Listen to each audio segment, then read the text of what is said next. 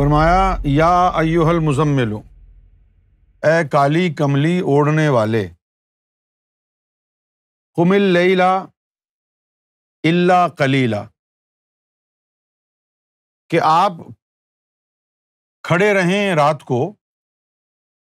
قم کا مطلب ہے کھڑا ہونا، لیل کا مطلب ہے رات، الا قلیلا یعنی رات کو جو آپ کھڑے رہتے ہیں ہماری عبادت میں، اس میں کمی کر دیں۔ قم اللیل الا قلیلا، اب یہ ایک یہاں پر جو ہے ایک حبیب ہے جو اپنی ربوبیت کو بھول کر اپنے محبوب سے مخاطب ہے، ورنہ رب نے کہاں کسی کو کہا ہے کہ عبادت کم کیا کرو؟ نہیں، رب تو یہی کہتا ہے خوب کرو، لیکن یہاں پر لگتا ہے کہ حبیب مخاطب ہے، یا ایھا المزمل، کہ اے مزمل یعنی چادر میں لپٹے ہوئے محبوب،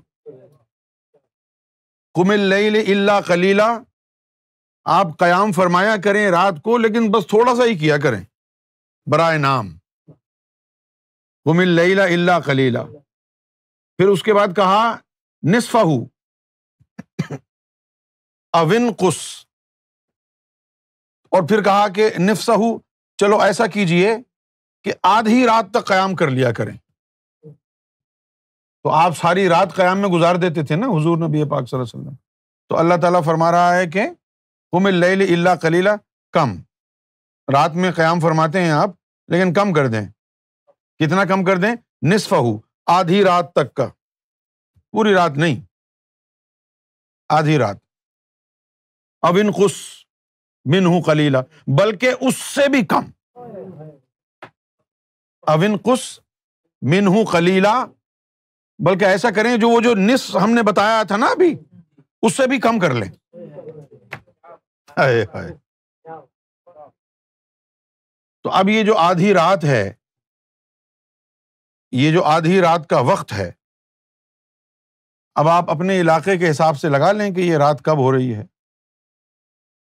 میرے خیال سے جو یہ وقت ہے وہ رات کے 3 بجے کا وقت ہے۔ او زد علیہ، فرمایا کہ اس سے تھوڑا سا کم کر لیں یا تھوڑا زیادہ کر لیں، یعنی کوئی لمٹ نہیں رکھی ہے، آپ اپنے حساب سے ایڈجسٹ کر لیں۔ او انقص منہ قلیلا او زد علیہ، یا تھوڑا سا بڑھا لیں۔ پھر فرمایا کہ ورتل القرآن ترتیلا، ورتل القرآن ترتیلا، ٹھیک ہے نا؟ انہوں نے تو پتہ نہیں کیا ترجمہ کیا، ورتل القرآن ترتیلا، اور قرآن مجید کی تلاوت کریں ٹھہر ٹھہر کے۔ کیا کریں؟ اچھا، اب یہ ٹھہر ٹھہر کے کیا ہوتا ہے کرنا؟ آپ بتائیے۔ کہ پہلے زبان سے کریں پھر ٹھہر جائیں، پھر قلب سے کریں پھر ٹھہر جائیں، پھر روح سے کریں پھر ٹھہر جائیں، پھر سری سے کریں پھر ٹھہر جائیں۔ یہ نہیں کہا کہ یا ایھا المزمل قم اللیل الا قلیلا، یہ ٹھہرنا نہیں ہے۔ پہلے ایک زبان سے کریں ٹھہر جائیں، پھر دوسری زبان سے کریں، یہ قرآن کو 7 لطیفوں کے ساتھ کرائیں۔ ورتل القرآن ترتیلا، اور اس کے بعد جو ہے اللہ تعالیٰ نے ایک یعنی بات بھی فرما دی ہے، انا سنلقی، انا، اب یہاں یہ ذرا توجہ رکھیے یہاں پر کہ یہ وحی الہی ہے۔ کیا ہے یہ وحی الہی ہے نا قرآن مجید، اور اس وحی کے آخر میں اللہ ارشاد فرما رہا ہے کہ ہم کوئی خاص چیز القاء کریں گے آپ پر۔ انا سنلقی، سا آتا ہے مستقبل کے لیے، نون آتا ہے ہمارے لیے، ہم کریں گے، اور پھر باقی رہ گیا القاء۔ انا سنلقی، کہ یا رسول اللہ صلی اللہ علیہ وسلم انا سنلقی علیک قولا ثقیلا، کوئی بہت بڑا راز جو ہے ہم آپ پر القاء کریں گے۔ اب سوچنے کی بات یہ ہے کہ یہاں وحی الہی میں القاء جو آئے گا مستقبل میں اس کا بیان ہو رہا ہے، القاء کیوں؟ وحی میں کیوں نہیں دیا وہ بیان کہ وہ صرف آپ کی ذات کے لیے خاص تعلیم والا ہے؟ وہ آپ کی ذات کے لیے ہے اور خاص تعلیم والا ہے، سب کے لیے نہیں ہے۔ انا سنلقی علیک قولا ثقیلا، کہ ہم جو ہے بہت عنقریب آپ کے اوپر ایک بہت گہرا راز جو ہے وہ القاء کریں گے۔ یعنی یہاں پر وحی الہی بتا رہی ہے کہ باقی جو راز کی بات ہے، تعلیم کی جو بات ہے، وہ حدیث قدسی میں آئے گی، وہ حضور کو القاء ہوگا، اس میں جبریل ساجھیدار نہیں ہوگا راز کا، وہ اسلام کا حصہ، قرآن کا حصہ نہیں ہوگا، وہ راز و نیاز کی بات ہوگی۔ رموز عشق عاشق بدانند، وہ راز کی بات ہوگی، وہ تیرے اور تیرے حبیب کے بیچ میں ہوگی۔ اور اس کے بعد کہا ہے انا ناشئۃ اللیل ہی اشد، کہ رات کو اٹھ کر عبادت کرنا یہ نفس کو جو ہے صحیح چوٹ دیتا ہے۔ رات کو اٹھ کے اور پھر عبادت کرنا، اس سے جو ہے نفس کے اوپر بڑی کاری ضرب لگتی ہے۔ اب یہاں سے آپ لے لیں، ہدایت لے لیں یہاں سے، لیکن آپ تو صرف پڑھتے رہتے ہیں۔ کبھی سوچا کہ اللہ ایک جو ہے خوبصورت بات بیان کر رہا ہے کہ اگر کوئی رب کو تلاش کرنا چاہے، کوئی نفس کو پاک کرنا چاہے تو وہ کیا کرے؟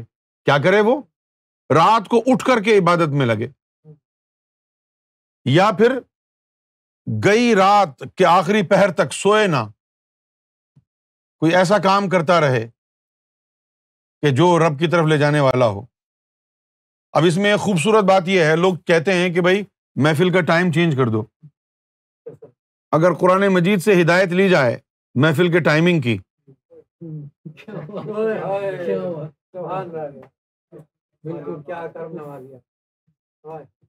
تو وہ ٹائم کیا ہے؟ 3 بجے، اور انڈیا پاکستان میں 2-2:30 بجے شروع ہو جاتی ہے۔ تب نفس کے اوپر بڑی چوٹ پڑتی ہے، نفس پر چوٹ پڑتی ہے، اور نفس کیا کہتا ہے؟ نہیں مجھے کوئی مسئلہ نہیں ہے، مجھے جاب پر جانا ہے اس لیے کہہ رہا ہوں، مجھے کیا فائدہ نقصان ہے، مجھے کوئی مسئلہ نہیں ہے، بچوں کو صبح اسکول بھیجنا ہوتا ہے اس لیے کہہ رہی ہوں میں تو۔ نفس یہ کہتا ہے نا؟ تو اس کے لیے کیا کریں آپ؟ اس کے لیے آپ شام کو سو جائیں، 9 بجے سو جائیں۔ 9 بجے اگر سو گئے اور آپ 2 بجے اٹھے تو 5 گھنٹے کی نیند ہو گئی۔ اللہ کو پانے کے لیے اپنا ٹائم ٹیبل چینج نہیں کر سکتے۔ محفل ختم کر کے آپ جاب پہ چلے جائیں۔ ارے یار یہ کیا بات ہوئی؟ ارے بھائی ہم نے کوئی ایسی بات تو نہیں کہی ہے کہ جو یعنی دنیا میں کبھی نہ ہوئی ہو۔ جو لوگ رات کی شفٹ کرتے ہیں کیا وہ دن میں نہیں سوتے؟ تو اپنی جاب کے لیے نائٹ شفٹ کے لیے دن میں سو سکتا ہے، تو رب کو حاصل کرنے کے لیے شام کو کیوں نہیں سو سکتا؟ نہیں محفل کا ٹائم چینج کرو۔ علامہ اقبال نے بھی یہی بات کہی تھی، کس قدر گراں تم پہ صبح کی بیداری ہے، ہم سے کب پیار ہے ہاں نیند تمہیں پیاری۔ اور اس کے بعد حضور کی بارگاہ میں اللہ تعالیٰ نے کہا ان لکا فی النہار سبحا طویلا، کہ یا رسول اللہ صلی اللہ علیہ وسلم دن میں تو آپ کو اور بہت سارے کام ہوتے ہیں، تو رات میں ہی محفل جمایا کیجیے ہمارے ساتھ۔ دن میں تو آپ کی بہت سی اور بھی مصروفیات ہوتی ہیں، تو رات میں ہی تو اس لیے ہر صوفی نے جو ہے رت جگہ کیا ہے. کوئی ایسا صوفی نہیں گزرا جو رات کو 9 بجے سو جائے. کوئی صوفی ایسا نہیں گزرا. اور اس کے بعد یہ ہے یہ بھی فرما دیا وَاذْكُرِ اسْمَ رَبِّكَ وَتَبَتَّلْ إِلَيْهِ تَبْتِيلًا، کہ اب رات کا وقت آ گیا ہے، اب کوئی مصروفیت نہیں ہے آپ کی، ہے نا، اب کوئی مصروفیت نہیں ہے آپ کی، تو اب آپ کیا کریں؟ سب سے رشتے ناطے توڑ کے، یعنی سب کو اب ذہن سے نکال دیں، کیونکہ دن کے وقت آپ نے سب کے حقوق پورے کر دیے، ماں کے، بیٹی کے، بہن کے، بیوی کے، سب کے. اب یہ رات کا وقت آپ کا اور میرا ہے. بس وَاذْكُرِ اسْمَ رَبِّكَ، اپنے رب کے اسم کے ذکر میں گم ہو جائیں. وَتَبَتَّلْ إِلَيْهِ تَبْتِيلًا، اور اس وقت سب کو ذہن سے نکال دیں. اس وقت اب پھر لوگوں کا پاکستان میں سوال یہ ہوگا کہ بھئی رات کے وقت تو بیوی کے ساتھ سوتے ہیں، یہ تو بڑا مسئلہ ہو جائے گا پھر. تو بھائی اب اللہ نے کوئی پابندی تو نہیں لگائی ہے، آپ دن کے وقت بیوی کے ساتھ گزارا کر لیں. میں نے سرکار گوھر شاہی کی بارگاہ میں ایک سوال کیا، بات ہو رہی تھی تجلیات کی، کہ ولیوں کے اوپر جو تجلیات پڑتی ہیں اس کی بات ہو رہی تھی. میں نے کہا کہ سرکار جب ولیوں کے اوپر 360 تجلی پڑتی تھی، اس کے باوجود بھی وہ کیوں کہتے تھے کہ بھئی سخت عبادتیں کرو؟ تو سرکار نے فرمایا وہ تجلی جو ان پہ پڑتی تھی ولیوں پر، تو اس وقت وہ کسی مرید کو ساتھ نہیں بٹھاتے تھے، اس وقت وہ ساتھ نہیں بٹھاتے تھے.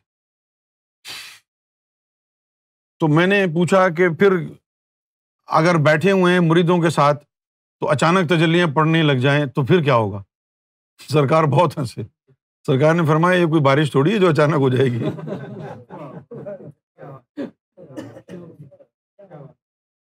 یہ بارش تھوڑی ہے، وہ پہلے سے جو ہے اللہ سے طے ہوتا ہے کہ اس دورانیے میں تجلی آئیں اور اس دورانیے میں تجلی نہ آئیں. تو عام دستور یہ ہے جن کا مشرب محمدی ہوتا ہے کہ ان کے اوپر تجلیوں کا جو نزول ہے زیادہ وہ رات کے وقت ہوتا ہے. کب ہوتا ہے؟ رات کے وقت ہوتا ہے. تو پھر میں نے عرض کیا کہ سرکار ایسی صورت میں تو یہ جو ولی گزرے ہیں ان کی بیویاں تو ولی بن جاتی ہوں گی، کیونکہ رات کو ولی اپنے شوہر کے ساتھ سو رہی ہیں اور تجلیوں کی زد میں ہیں. فرمایا نہیں، ایسا تھوڑی ہوتا ہے. یہ جتنے بھی بڑے بڑے اولیاء گزرے ہیں یہ اپنی بیویوں کے پاس دن کے وقت میں جایا کرتے تھے، رات میں اکیلے بیٹھتے تھے. رات میں تھوڑی بیٹھتے تھے ان کے ساتھ، دن میں فارغ. چلو بھائی، پھر غوث پاک کا پوچھا، سرکار نے فرمایا کہ غوث پاک بھی جو ہے وہ رات کو کسی کو قریب نہیں آنے دیتے تھے تجلیوں کی وجہ سے. رات کو ہاں بیویوں کے جو حقوق ادا کرنے ہیں وہ بھی دن کے وقت ان کے ازدواجی حقوق ادا کرتے ہیں. اور یہاں پر ہمیں جو ملا ہے وہ بھی یہی ہے. اللہ تعالیٰ فرما رہا ہے کہ اِنَّا لَکَ فِی النَّہَارِ سَبْحًا طَوِیلًا، دن میں آپ کو بڑی مصروفیات ہوتی ہیں. وَاذْكُرِ اسْمَ رَبِّكَ وَتَبَتَّلْ إِلَیْهِ تَبْتِیلًا، تو جب رات کا وقت آ جائے تو اس وقت جو ہے آپ ان رشتے اور ناتوں کو بھلا دیں، دن میں فارغ ہو جائیں ان سے، رات کا وقت جو ہے وہ سیکیور کر لیں. تو زیادہ تر جو تجلیات کا نزول ہوتا ہے یہ رات کو اکثر. اچھا، اب حضور نبی پاک صلی اللہ علیہ وسلم کی بات تھوڑی سی الگ تھی، کیونکہ ولیوں کے اوپر 360 تجلیاں ہوتی ہیں. غوث اعظم کے اوپر جو ہے وہ 500 تجلیاں روز پڑتی تھیں، اور حضور پاک صلی اللہ علیہ وآلہ وسلم کے اوپر ہر وقت تجلی پڑتی. کیا؟ ہر وقت تجلی پڑتی تھی. تو میں نے کہا سرکار ہم لوگوں کے اوپر جو ہے وہ تجلیاں کب پڑیں گی؟ تو سرکار نے فرمایا کہ تم لوگوں پر تجلیاں کبھی نہیں پڑے گی. سرکار نے فرمایا تم لوگوں کے اوپر تجلیاں کبھی نہیں پڑیں گی۔ میں نے کہا سرکار پھر تو ہمارا نقصان ہو جائے گا، اگر ہم پر تجلی نہیں پڑے گی، نہ ہمارا قلب شہید ہوگا، نہ ہمارا نفس مطمئن نہ ہوگا، یہ تو مسئلہ ہو جائے گا نا۔ اگر ہم پر تجلی نہیں پڑے گی تو پھر تو کبھی بھی قلب شہید نہیں ہوگا ہمارا، کبھی بھی نفس ہمارا مطمئنہ نہیں ہوگا۔ او سرکار مسکرا رہے ہیں اور پورا وجود مبارک جو ہے مسکرا رہا ہے۔ فرمایا نہیں ایسا تو نہیں ہوگا، تجلیوں سے زیادہ طاقتور چیز دیں گے ہم ان کو۔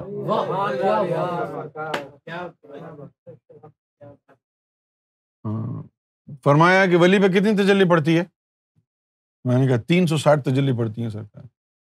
فرمایا کہ اگر وہ جو تجلیاں جو 360 دفعہ گن کے پڑ رہی ہیں، اگر 7 تاروں کے ذریعے سینے سے جوڑ دی جائیں،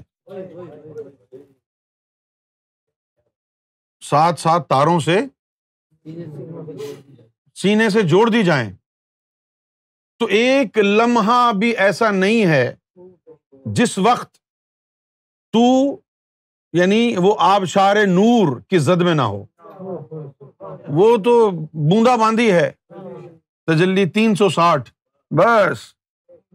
اور جو 7 تاروں سینے سے جڑ گئیں تو وہ ہر لمحے کا، وہ تو 24 گھنٹے کی جو ہے تجلی چھوٹی ہوتی ہے، یہ نور کا دھارا موٹا ہوتا ہے۔ لیکن یہ انہی کے لیے ہے کہ جن کا تعلق سرکار گوہر شاہی کی ذات سے جڑے گا، اور جن کا تعلق سرکار سے خصوصیت والا تعلق نہیں ہے، ان کی روحانیت کا دار و مدار ان کے لطائف کے ذکر و فکر پر ہوگا، ان کا لطائف کے ذکر و فکر پر ہوگا، خوب ذکر کریں۔ اور یہ جو ہوں گے جن کا خصوصی تعلق ہوگا امام مہدی سے، تو ان کا یہ ہے کہ وہ 7 تاریں ان کو لگیں گی جس کو وہ چاہیں گے۔ اب وہ جو 7 تاریں لگیں گی، وہ جو وہ 7 تاریں لگیں گی تو ایک لطیفہ، 7 لطیفے ہیں، 7 تاریں لگ گئی ہیں۔ اب وہ ایک لطیفے کے اوپر ایک جو ہے تار لگی ہوئی ہے۔ اب آپ اندازہ کریں شروع سے لے کر اب تک 1,24,000 پیغمبروں میں ایک حبر اللہ، ایک تار اوپر آئی، اسی سے رسالت چلی، اسی سے نبوت چلی، اسی سے جو ہے وہ عاشقی چلی، اسی سے محبوبیت چلی، اسی سے ولایت چلی، اسی سے ولایت چلی، اسی سے فقر چلا، اسی سے قلندری چلی، ایک حبل اللہ سے، ایک تار سے۔ اور اگر تیرے وجود میں 7 تاریں لگ جائیں گی تو پھر کیا ہوگا حال؟ تو وہ خصوصی تعلق۔